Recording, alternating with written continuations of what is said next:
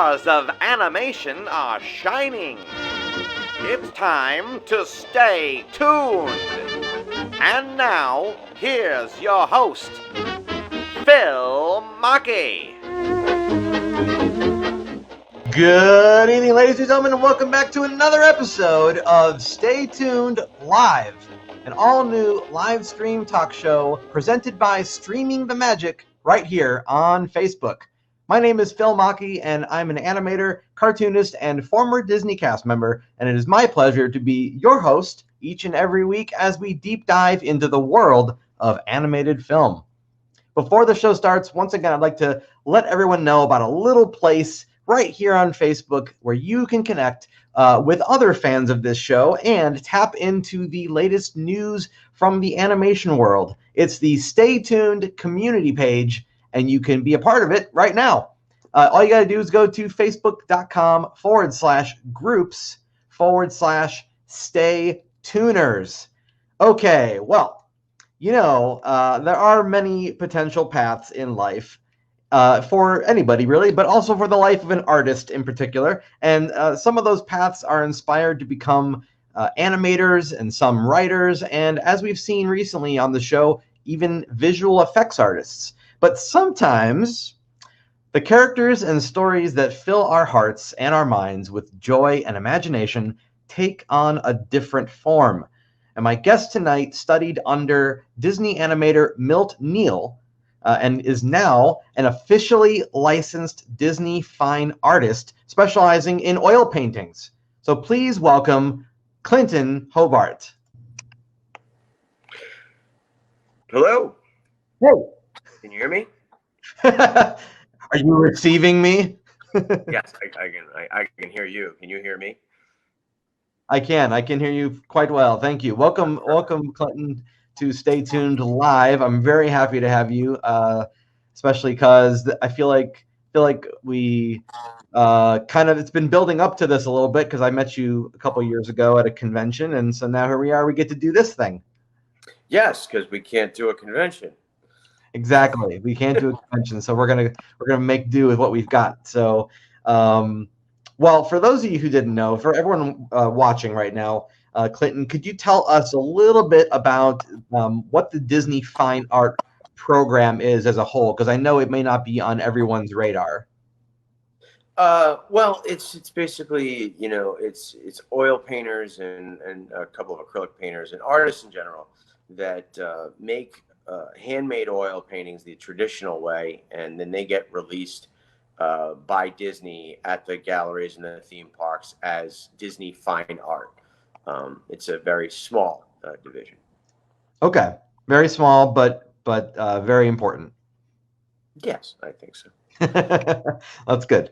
So years ago, you attended something called Disney Boot Camp. Yes. Can you tell us a little bit about how how that experience shaped your technique and maybe your approach to painting? Well, how did it shape my technique? I worked really hard to try to get into it. In fact, I probably was borderline psychotic. I remember when we found out. Oh yeah, no, the story of how I got into the thing is actually probably the best part of it. We knew that Disney was coming and they were going to do a boot camp, and they were going to pick, I think it was 35 people throughout from like 17 or 18 different schools throughout the entire country. And we had some warning that they were coming.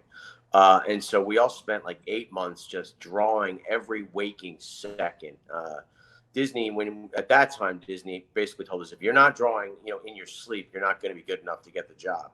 And so we were drawing, 7 o'clock in the morning until 2 o'clock in the morning, getting 5 hours sleep. And I submitted my portfolio, and my school had sort of filtered for Disney who got to go to the interview. And, they picked 3 boys and 3 girls and 3 of this race and 3. They they made it very politically correct. And so I got left out. And so did a buddy of mine. We felt, however, that we were good enough and should have been included. So we went anyway. And we just showed up to the interview. We politely waited until it was over, and we said we felt that we got slighted, and we should have been included in this. Would you take a look at our portfolios? And the people from Disney basically said, well, you two have guts. Yeah, we'll take a look at your portfolios. And we got in, both of us. Wow. Oh, there you are. I can't hear you, sir. Can you hear me? Oh, there you are. There you are. Yeah. Yeah, no, that was one of my parents calling. So just goes to show, no matter how old you are, your parents will still wreck even the shortest of moments. Mom, I'm on live streaming. And I told them not to call me tonight. I said, just give me, I'll call you when I'm done. No, of course not. It's okay. It was a very honest and human moment. I appreciated that. Now, was the point of the boot camp to churn out new animators? Is that what the whole point was? Yeah, I think that was the original point. But after it was over, they went on a hiring freeze. So I think one person I didn't get in. I know a lot of people didn't get in. There's a story as to I did the boot camp in 98, I think it was 99, when I was a junior in art school, and I got into Disney Fine Art in 2013 or 14. Oh, okay. So that's how long it took me to get in. It was a lot of persistence. Well, I think persistence is very important. So I'm glad that you stuck with it all that time. They said we give you credit for coming out here and pushing yourself into the boot camp world, but they still didn't bring you into the program. Was that what you're saying? No. I did the internship. We went out to Monterey Bay. We spent a month in Monterey Bay. Disney paid for everything. They gave us art books. Wow. I mean, it was amazing. And then we went back. It was junior year, so then we had to finish our senior year of art school. Okay. And then after that, they really weren't. They just didn't hire that many people from, if I remember correctly. Maybe it was just not me. But basically, I had wanted to be an animator or in consumer products, and so it was after the rejection of not getting into animation or consumer products or any of that. I mean, I was rejected from every single division of Disney, and sort of after like 6 months of a little bit of a bout with some depression, a friend of mine said, well, rather than do nothing, why don't you start painting? And so I said, I'm all right. My life is a wreck. I didn't get into Disney. It's all over. Let me start painting. And so I started painting. And about 2 years after I started painting, I had my first gallery show. Okay. And suddenly I'm a fine artist and I'm in 5 galleries and I'm painting all these still lifes. And then in 2013, I said, still lifes, go ahead and pull that up here. We'll do that. We'll make that part of the conversation. There you go. Yeah, and so I was painting, basically fruit and vegetable still lifes. And in about 2013, I said, well, I've got a pretty solid fine art career going. Maybe I ought to go back and revisit the Disney thing and do some Disney themed still lifes. And that's what they released. Okay, so you took it upon yourself to do the Disney themed still lifes. They didn't request it of you. No, they didn't even. In fact, there's a funny story there where I was even submitting to the wrong department. Oh, where were you submitting? I was just sending it to, trying to get Disney's attention.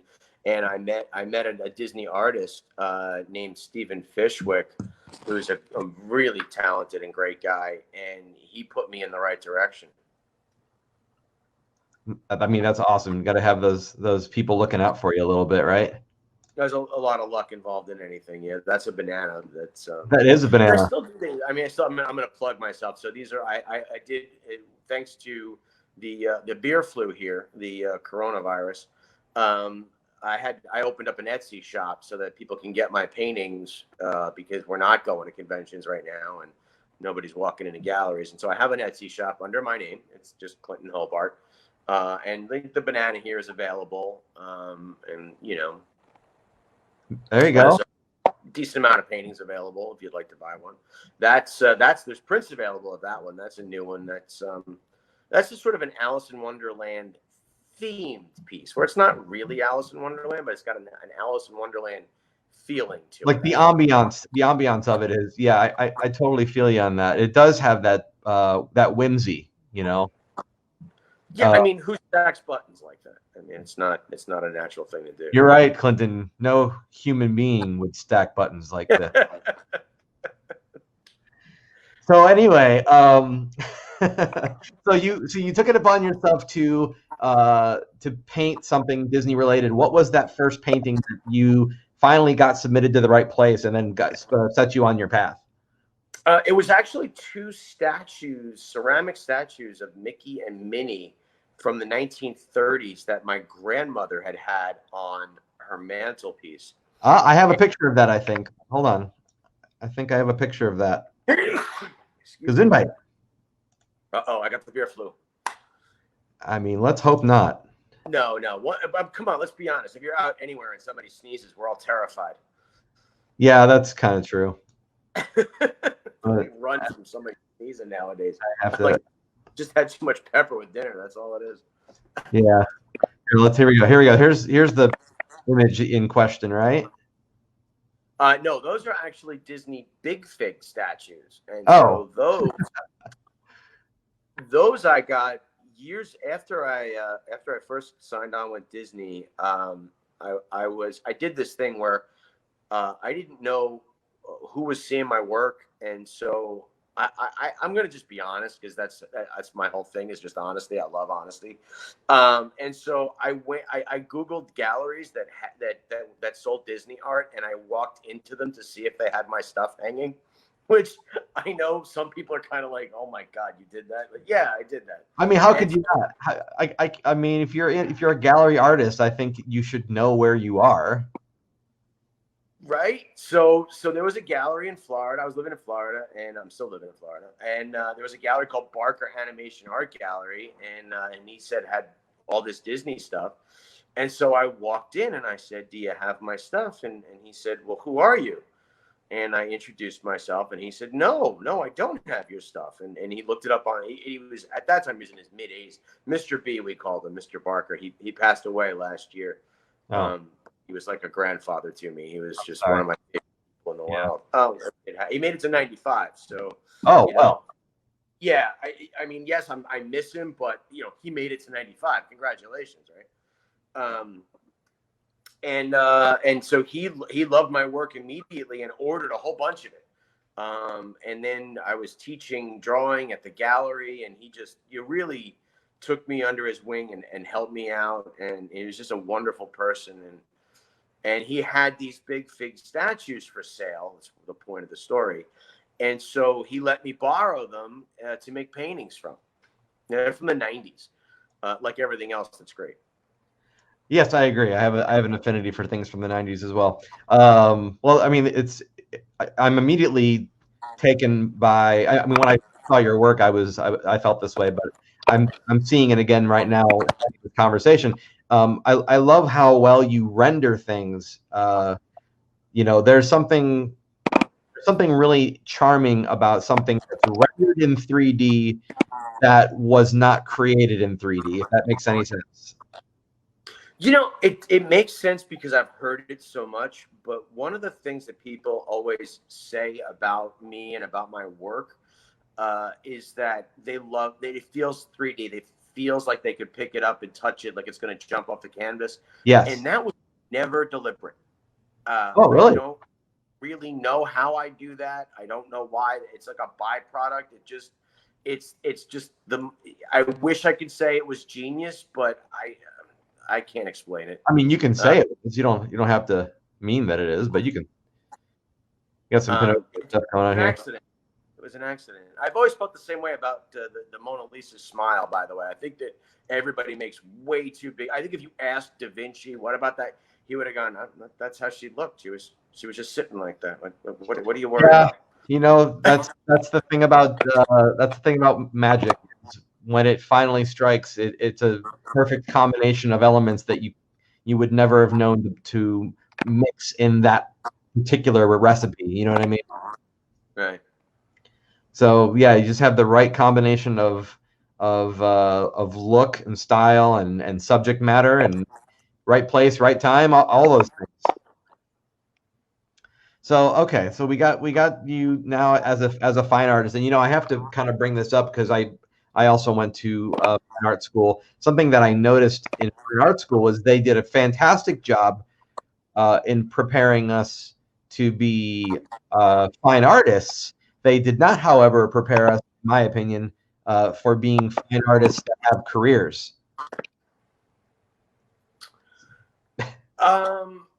Well, that's because most of the people teaching in art school didn't have a career. So how could they teach you how to have one? That's fair.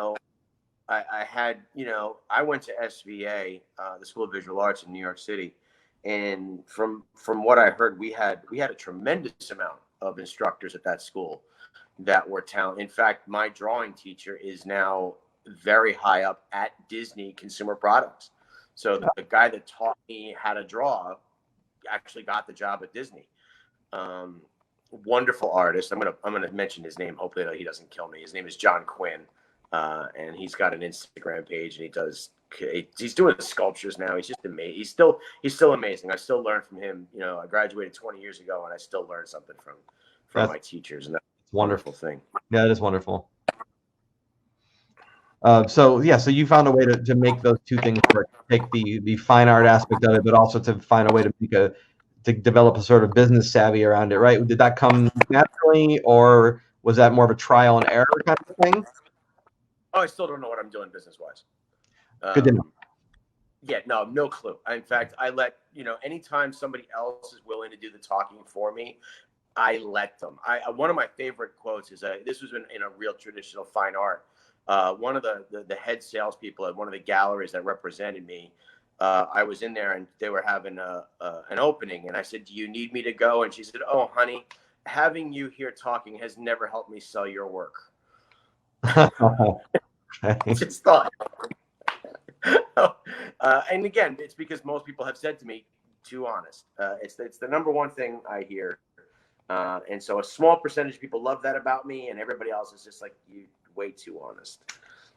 I don't know that that's necessarily a bad thing. But I guess I could see how it gets you in trouble a little bit here and there. So let's talk a little bit about some of your process, because when I was looking at your work, another artist that came to mind. I don't know if you're familiar with Dave McKeon. Sounds familiar. Dave McKeon, he does work with Neil Gaiman. But the reason I'm bringing him he's a comic book artist. Yeah, he's a graphic novel. Yeah, the reason why I'm bringing him up is because he does kind of a mixed media thing where he will create little sculptures and take photos of them and do kind of combined painting with sculpture and all that stuff. You kind of are taking a similar approach, in the sense that you build still lifes for yourself, correct? Yes. So this painting right here is kind of a good example of that. Maybe you can tell us a little bit about that and how you arrived at that conclusion to do that. Well, I arrived at that conclusion because the way that all this started was that in about 2012 or 13, I was ripped off by an entire town in China. Wow. And a whole town ripped me off. And basically, I was part of a gallery show in Texas, and they had posted high resolution photos of my work on their website, unbeknownst to me and everyone else that got ripped off. And then a town in China famous for this had basically gone to this website and helped themselves to it like it was the prime rib at a Golden Corral. And they just purloined everything, and then we found it. Somebody had sent me a link to it. It was a persimmons painting that I had made, And it was on eBay for like $39.95. And at that point, my work was selling for between, 250 and 500 for these little 6x8s. So when you're selling a painting for $500 and you see a copy of it on eBay for $39.95, it's upsetting. Yeah. To a very long story short, two things had happened. Number one, it was a painting of Persimmons.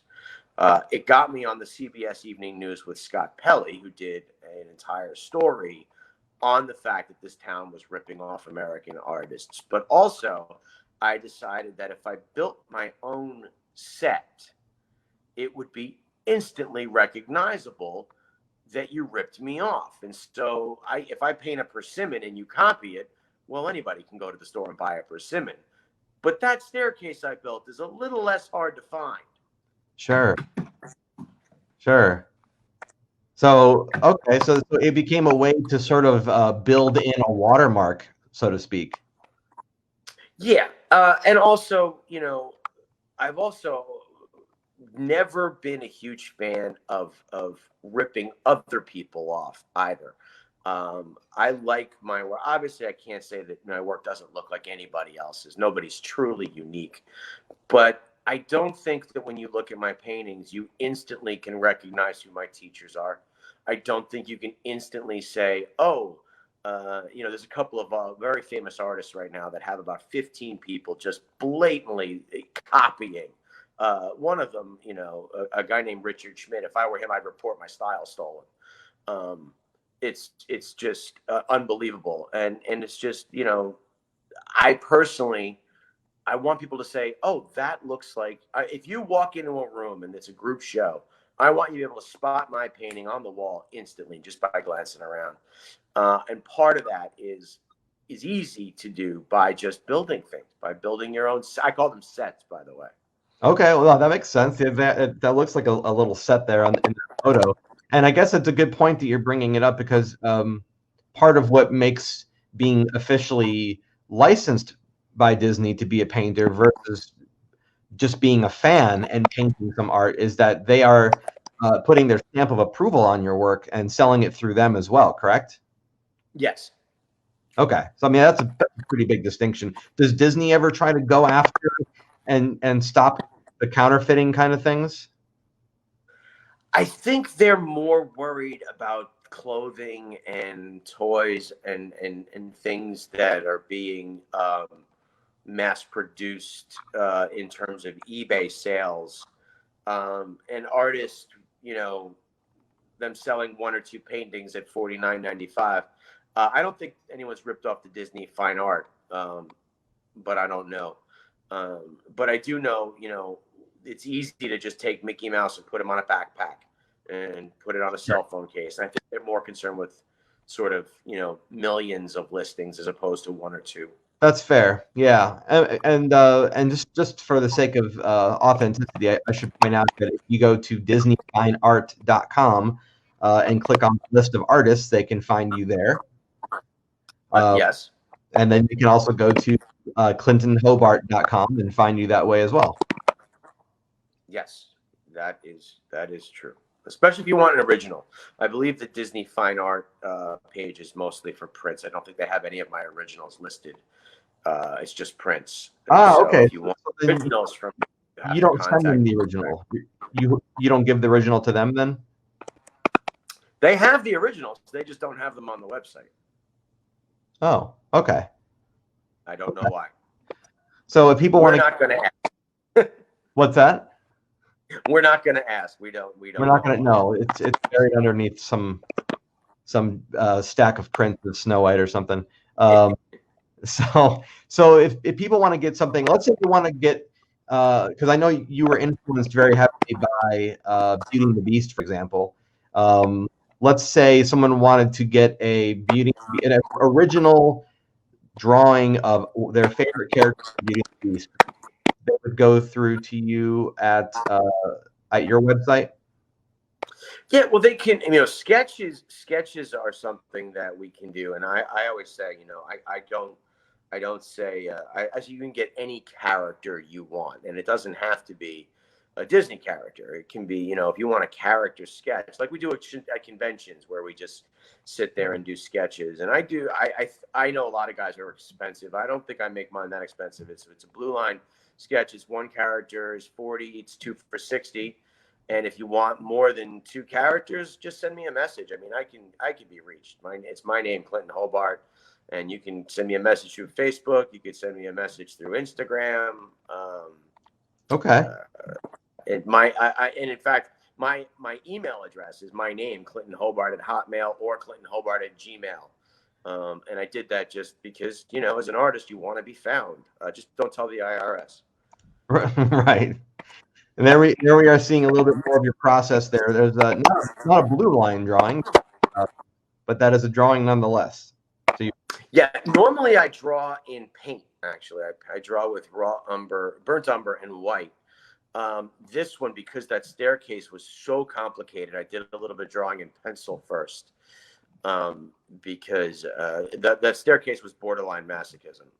It was insanely difficult to get accurate in there. It's important to point out that you are still painting traditional oils, and you're not doing this in any Adobe software. No, I mean, I wish in a lot of respects I had taken the time to learn some of the computer stuff. I'd make more money, but it's all made by hand. It's all freehand drawn. So it's not, I've got friends that are doing digital art, and one of the things that drives me nuts is you can tell that the bottom layer of their painting was the photo of the actor, and it's just, there's I don't use any tracing devices. It's not projected. It's not digitally enhanced. That's just I took the time to learn how to draw, and so I use the skill. That's how I like to do it. There you go. And you were also pretty influenced by Little Mermaid at one point, right? Yeah. It was actually one specific scene that I said, ironically, I want to go into animation. It was the scene where she comes up out of the water and she pushes her hands down on the rock, and her head and the wind picks up her hair and it sticks to her face. And I just looked at that and I went, somebody drew that, and that somebody happened to be Glenn Keane, who maybe one of the best animators ever lived. And that scene just did it for me. I couldn't believe someone drew hair sticking to a face, and so convincingly. Subsequently, I also, when I watch some of the Bugs Bunny cartoons, and Bugs Bunny does this with his hand, and you can see the skin come up on the skull. Oh yeah. There's some great little moments of that with the Figaro, but where he's massaging Elmer Fudd's head, and you got all that like skin kind of pushing around. And you feel the skull underneath. Somebody drew that, These guys were just amazingly talented guys. Yeah. So are we going to be expecting to see some Ariel and Scuttle and stuff like that from you? I haven't done character, if you notice. Aside from the sketches at shows, all my stuff is basically still life, so it's interpretive. So if you look at that painting, it's a teapot, it's a staircase. It sort of says Alice in Wonderland, but it doesn't. And I don't like being quite so literal. I don't want to do a painting of Ariel. I don't want to do a painting of Flounder. I'd rather do something that you look at it and you're like, that feels like The Little Mermaid. Because there's so many guys out there that are already doing that. Like, I'm not going to do a better Ariel painting than 3 or 4 of the Disney artists are already doing. Like, if you want a painting of Ariel, there's a ton of guys doing great paintings. But nobody's doing it. We do have Mrs. Potts right over here, though, and Chip, right? That's a real tea set. Okay. So that's the difference. Is she is an inanimate object come to life, and therefore it kind of bridges that a little bit. Yeah, well, it's a real tea set that I purchased. So the tea set is real, and then the clock and the candlestick and the rose. But those are all, like the other set of Alice in Wonderland, those objects were all in front of me. Ah, okay, great. And by the way, I've lost visual on you. Oh, I don't know why. It's okay. I can still hear you though. Huh. I just pulled up a Marvel Comics cover for Star Wars where we got a little Harrison Ford-ish. Well, I mean pre-Harrison Ford, I guess. The newer actor, I'm blanking on his name right now, who played Han Solo, but this is a cover someone could go out and find on the comics racks, correct? No, that was actually a commission. Oh. So I disappeared. I don't know why. You did disappear. You could go ahead and pop out and pop back in. I'll wait for you. Okay. I love technology. Here, we'll go ahead and get this. We'll go ahead and get this sort of centered here. Wait for him to come back in. Thanks everyone for your patience. Everyone's like, well, now we've got a painting and we've got. There we go. Let's see if we can get you back in. There you are. Welcome back, Clinton. All right. I don't know what happened there, but I'm not sure. Okay, so yeah, that is a comic cover. It's a portrait of the actor who played Han Solo in the movie. I can't remember his name either. Yeah, I'm blanking on it too. So there's a Comic-Con. I don't know if you've been to it, called Ace. I've not been to Ace, no. Ace is owned by Stephen and Gareb Shamus, the Shamus brothers, and they are just two of my favorite human beings on this entire planet. Stephen has commissioned me every time he has a guest to do a portrait of the guest on a comic book cover, and then he has the actor sign it. I've done Chris Hemsworth, Chris Evans, Mark Ruffalo, everybody who's been in an Ace show, and a few who haven't. And Stephen has over 60 original portraits of mine, the largest collection of anyone to own my work. Holy cow. That is impressive. Thank you. And that's just one of my favorites. Every once in a while you do a painting and you look at it and you're like, I can't believe I painted this and I'm not even finishing it. It's just done. And so if you look at the cover, it's actually it's not even finished. I just went, it's not getting any better than this. I'm leaving it alone. That's I've had that personal realization a number of times, and I've spoken with other artists that you never really finish anything. You just let it go. Abandon it. Yeah.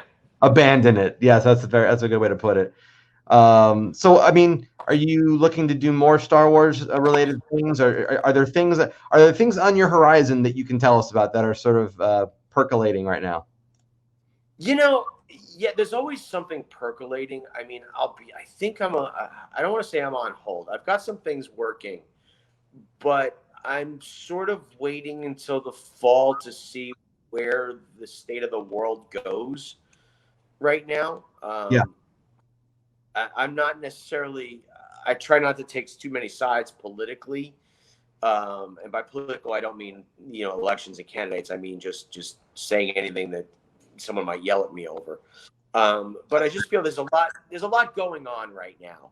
And I want to wait until some things settle down before I make any decisions. Okay. Well, until then, we've got this wonderful sculpture that we can look at from Tangled. Now, did this become a painting as well? Yes. In fact, the sculpture became more popular than the painting. And I used to bring that around with me to Comic-Cons. I used to set the thing up right at shows. I mean, it's a great sculpture. So you've been physically making sculptures before you were painting, correct? Yeah, I mean, is that a sculpture? Does that qualify as a sculpture? I mean, it's real stonework. Yeah. It's cardboard. It's I mean, that thing has got a little of every. I had to learn how to stone a wall up because when you use real stone and mortar, you can't go all the way up in one sitting. It'll slide down. So you have to go up 3 or 4 layers and then let it dry. And then it took a week just to get the stone all the way up. I mean, why wouldn't it count as a real sculpture? Because to me, sculpture is you get a big piece of clay or some plaster and a hammer and a chisel, and you do this for I don't know. 6 years. That's sort of a one-sided approach. You know, there's other ways to make sculptures. I think there's found object art as well. That's another way you can do it. That's true. A funny story about this sculpture was I built it in my driveway. And anytime any one of my neighbors asked me what I was building, I gave them all a different answer. That way, in case they talked to each other, they'd be very confused. I told one person it was a bird feeder. I told somebody else it was a nightlight. So everyone who asked me what I was building, I just gave a different answer too. Probably shouldn't. That's a pretty good little prank. I think that's. So now, this is something that is found in a gallery, or no? No, I kept it. I actually am going to turn it into a nightlight, making it the world's most expensive nightlight. How big is it? It's 4.5 feet tall. Oh wow! Okay, awesome. Do you ever get together with the other Disney fine art painters, and like, is there some sort of we're going to have a collaborative meeting or some sort of I don't know? Is there like a big Zoom conference where you all get together and share your thoughts? No. There may be, but I haven't gone to it. I mean, I'll hang out with anyone in real. I haven't done the Zoom thing. I've been invited to a couple, but I don't know. Drinking with my friends while we're all on TV doesn't really, I can't. I'm a dinosaur, man. I'm an old guy in a young body, and not that young anymore. But yeah, I don't want to. When we can go to bars, I'll go to bars. I'll hang out. I miss my friends. I want to see them, but I just can't do the whole drinking on TV thing. It's not. So no, I'll wait till I can get together with them. Oh, well, that's fair. Something that I find fascinating about illustration in all forms is when it's a still image, that gives the audience the opportunity to scrutinize it like forever, and as opposed to like the numerous frames in an animated film, where if you take one frame out of context, sometimes you get a little bit less than a photographic picture, if you know what I mean. Like, could you say that? Yeah. So in other words, in animation, there's a lot of different images, and sometimes those images look a little bit strange if you just take them out of context. But when you're making a painting, it's this idealized version of that picture that is going to stare at the person forever. So, I mean, do you ever like think about that or take that into consideration? Yeah. Especially when you're trying to tell a story. It's easier to tell a story with animation. And yeah, I understand what you mean. Like if you freeze frame it, Roger Rabbit, especially if you freeze frame it and go frame by frame, some of the facial expressions are downright hilarious. Right. In order to get feel like those eyes are bulging or things like that. Right. Yeah. And so it's limiting in that, for the animation standpoint, you can take one of those drawings and call it art, but no one's going to hand oil paint an entire animated film, at least not yet. I mean, I guess you could do it if you had, 50, 60 years to kill. Sure. But, and then the other thing is the downside to what I'm doing is, yes, I can make the large oil painting, but you've got to be very, very specific to tell a story you basically have one frame. So I'm trying to tell a story in one frame. And that's not an easy thing to do. So why oils and not acrylic? Acrylic just dries too fast. And I always thought there's a couple of people right now that are breaking this, but for the most part, acrylic looks like plastic to me. It has that shininess to it. It looks, and I said, there's a couple of guys that are painting in acrylics, and you can't tell. It looks like an oil painting, but that's like 3 people that are that good, and everybody else, it just looks like you're painting with plastic cups. And oil blends better. You can be more subtle with oil paint than you can with acrylic for the most part. Again, there's a company somebody has called open acrylics, and they've got blending mediums. They're getting there. The blending is going to be better, but 20 years ago when I started painting, you had 3 seconds and then the acrylic dried. Right. So and then the other thing is, again, up until recently, 20 years ago, oil paintings sold for more money. Now that the average art buyer knows very little about art, the acrylic paintings and house paintings and the guy who just did the Kimson's thing for $160 million or whatever, he got paid for that. And I mean, you don't even have to paint anymore. Just tape a banana to the wall. Why learn any skill at all? Just tape fruit to the wall and you'll make millions. That's It's going to smell good after a few weeks, but right. But is it art? So I actually did a painting of that when it happened. I did a painting of the and then 3 of the people who follow me on Instagram stole the idea. So of course, yeah. Well, let's just hope if you do anything with Little Mermaid, you don't feel like making a still life of dead fish. That could be problematic. That's not a bad idea. I don't know. It might be. Smell-wise, it's not a good idea. I actually did a painting once of crawfish. Somebody wanted a crawfish boil, and I'm like, I was living in Florida, and I'm like, leaving dead crawfish on a table for a week doesn't really seem like a good idea. No. So I just put them in the freezer and I froze them, and then when they started to thaw, I put them back in the freezer. And that's so you can paint fish if you can paint frozen fish. You can. And then it's a moment frozen in time, frozen twice. Oh, that's awful. Okay. So I just want to see if anybody in the audience had any questions. So if you guys have any questions for Clinton, go ahead and gather those questions up right now. Start putting them in the comments. And while I'm waiting for those to come in, let's talk a little bit about how do you get yourself in the mood when you're painting something? How do I get myself? I've never had to. Like, I mean, you're gonna paint Alice in Wonderland. How do you kind of like? Do you have to put yourself? Do you watch the movie first and then sit down and paint it, or? Yes, absolutely. If I know when I did the Beauty and the Beast, I watched the film. I even listened to some of the soundtracks, some of the music. You can't.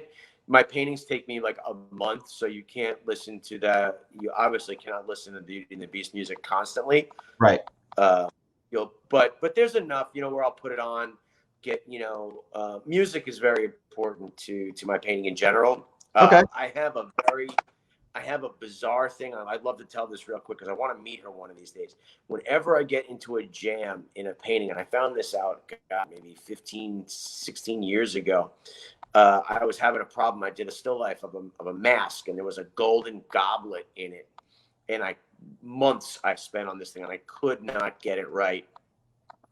And a Sarah McLachlan song came on the radio station I was listening to, and all of a sudden I started painting real well, and I couldn't figure it out. And then the song ended, and at that time, somebody that I knew had one with them, and so we put the CD in, and I painted this whole goblet. And so for whatever reason, I wouldn't stop. I went out and I got every single one of her CDs, and I listened to nothing but Sarah McLachlan the entire time I painted this painting. And it went, and to this day, if I'm listening to something and I get myself into a jam, I put on a Sarah McLachlan CD, and it just, the thing just paints itself. And it's one of those things that I can't explain. It makes no sense. Most people look at me and they're like, you don't really look like a Sarah McLachlan fan. And so it must be the goatee, I guess. But no, it's the mouse ears. It's the mouse ears behind you. That's what it is. There you go. My spotlights. That's interesting. I kind of hope you can reach out to her and tell her that sometime. I mean, if I was a musician, I'd love to find that out. Hey, so there's an artist there that can't paint unless he's listening to your music. If anybody watching this video, Sarah McLachlan, and can pass along a message, And you mentioned it was when you were painting a mask, so I kind of want to show. I want to show the Harley Quinn mask, I should say, not Harley Quinn. Let me just pull this up It's here. the carnival mask. I don't know if I sent you the image or not. It's an opera glove is in there, and some. No, it's not. That's a newer one. That one. That's it's beautiful. the same series where I have masks. Thank you. Yeah, let's zoom in. Let's get some. There you go. Look at that.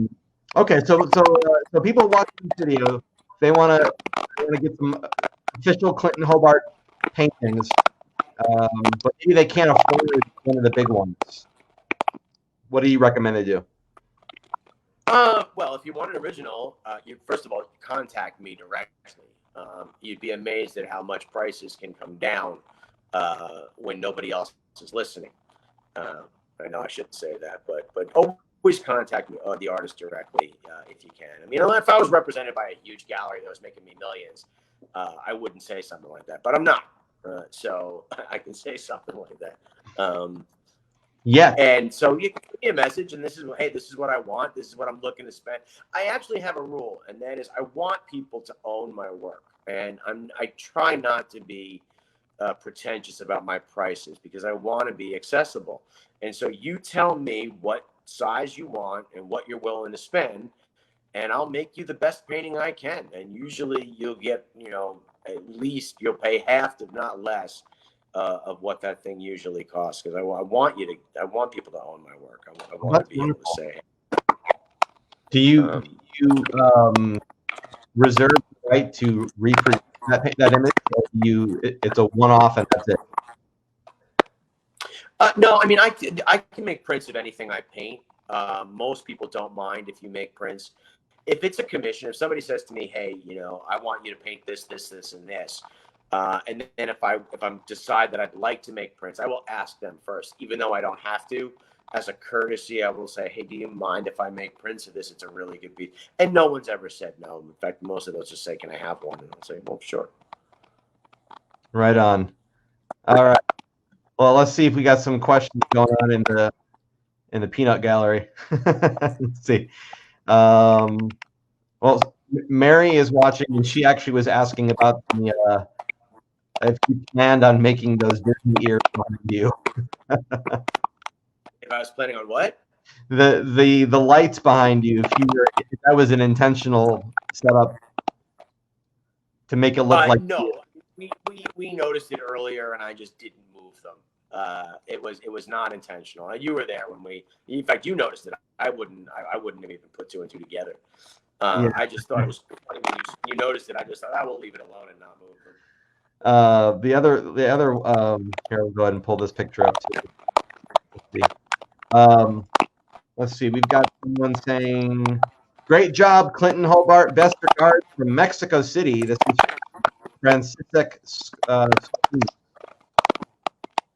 You're heavily breaking up, so I just. Yeah, I'm not sure why. I heard Mexico City, so I'm guessing we have someone viewing it in Mexico City, which is pretty cool. I mean, wow, yeah, that's far. Yeah, and then Rebecca is asking, any more mask paintings? Any more mask paintings? I haven't. I think I might know who that is asking that.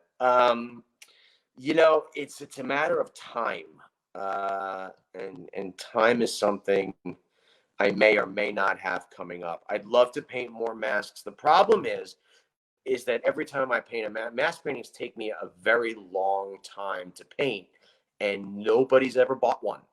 Probably because the prices are a little on the high side. But unless somebody wants to spend a decent amount of money to give me the month to paint a mask painting, I just simply can't take a month to make a painting that nobody's going to buy because they can't afford it or they don't know it exists. It was Rebecca Whitney. That helps you. Yeah, I figured that. She owns several of my paintings. She's just awesome. Is this garlic? What? Is that garlic? That was my COVID painting. And so that was I didn't want to paint masks or toilet paper because that's so cliche. You know, everybody's doing that, and not that I'm against it. I don't like doing something everybody else is doing. And so we went to the grocery store, and this was in March when this thing first happened, and everybody was terrified to leave the house. And you know, we went to the grocery store, and it was, you know, like it was like literally grocery shopping was like an espionage scene in a bad spy movie. You know, where you get the mask on and you grab the garlic real quick and let's get that out of here.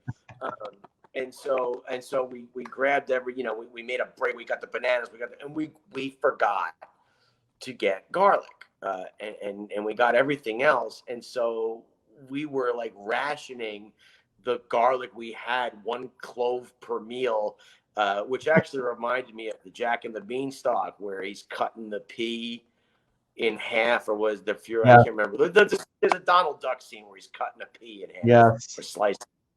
And so I thought, wow, what a great thing to paint for the coronavirus would be just 1 single clove of garlic on an empty canvas, and that's it. That's the whole painting. You know, it's a creative. It's creative. It's also ambitious because, you know, garlic. I can imagine it's a very obvious thing to recognize when you paint it. It's harder than you think, especially when you have an empty painting. When you have an empty painting like this, if you're going to paint one thing, you better get it right. Because if it doesn't look like garlic, people are going to be like, well, I don't know what that is. So, I mean, what can you tell everybody watching, maybe aspiring painters, what can you tell them about painting the color white, but not painting just white? Well, it's practice. And yes, I mean, you're right. It's blues and it's purples and it's grays and it's yellows. But, you know, I would say to paint white before you start. If you're going to paint garlic or you're going to paint a ceramic coffee mug, you're better off starting with raw umber and white and getting those values right. Because if you're going to try painting white with blue and pink and green, your value control better be spot on. And so I would always say, do it in raw umber and white, and then go in and add some of those colors. And I still do that to this day. Oh, wow. Okay. How do you approach shadows? Are you creating, was that a real shadow you created in real life? Yeah. I put a little piece of garlic up on the model stand, and, you know, the shadow did that. I don't make up shadows because I learned from looking at trees on rocks that if you set up anything, whether it's garlic or and you set it up without a light on it, and make up what the shadow would look like if a spotlight was on it, and then you turn the light on, most of the time you're going to be wrong. What we perceive or what we think a shadow is going to look like actually isn't what it looks like at all. I'm sure that if I had made that shadow up on that garlic, it would have been flatter and then more of an L shape than it actually was. Shadows do strange things. For sure. And especially when you have a character like this where you probably didn't have a still life to work from, then you kind of have to get more inventive, right? No, that's a real person. That's a cosplayer I met at a Comic-Con in Chicago. Oh, I think it was in Chicago, actually.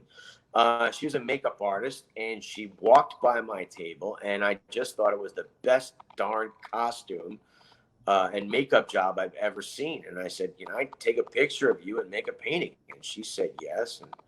And so it's from a photo because, you know, you can't really do a portrait at a Comic-Con. It's kind of tricky. It's a little loud. That's very true. Do you have a favorite character to draw, like that you don't need a lot of reference, you can just sort of make it happen? No. In fact, I did a Mickey challenge recently that John Quinn had asked me to do, and I spent like a week, and I just don't draw.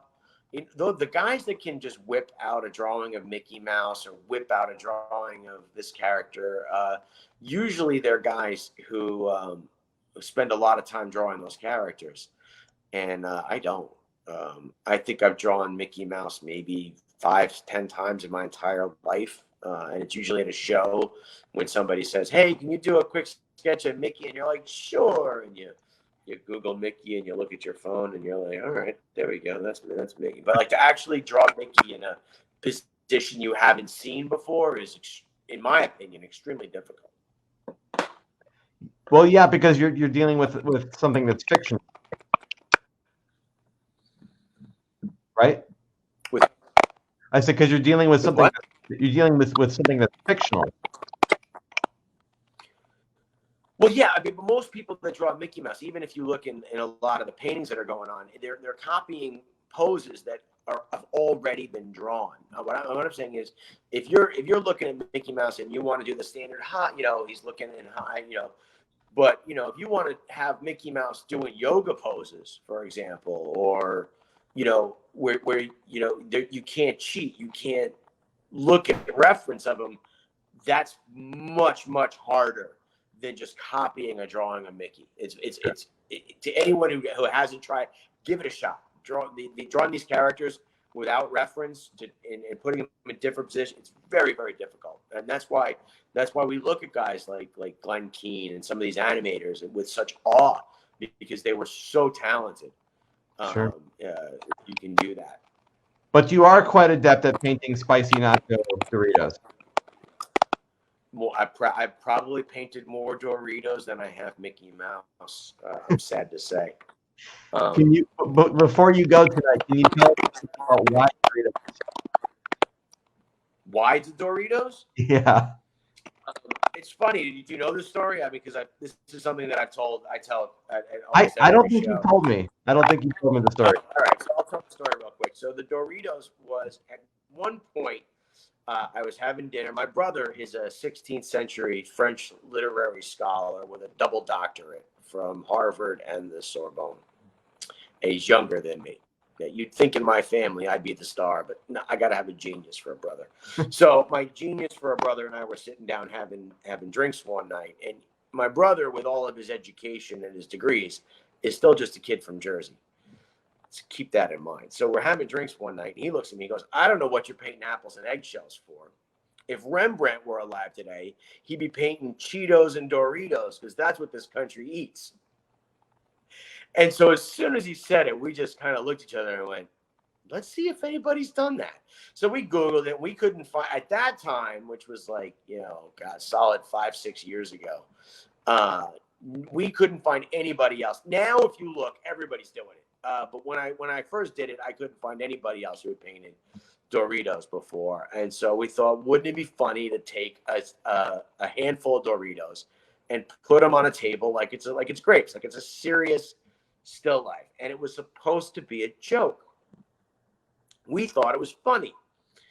I brought it to shows thinking, ha, ha, ha, bright orange painting of Doritos. People kept coming up to me going, hey, do you have prints of that? Do you have prints of that? Well, finally, after the third show, I was like, maybe I ought to make prints of it.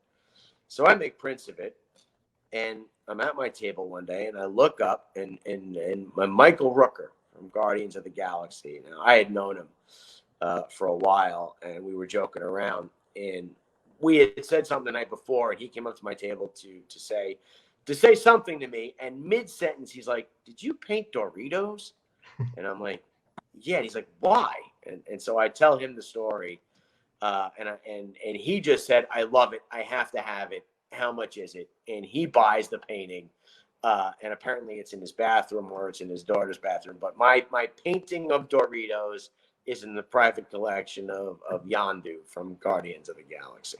That's a pretty amazing story and very boastworthy. With that, we are out of time.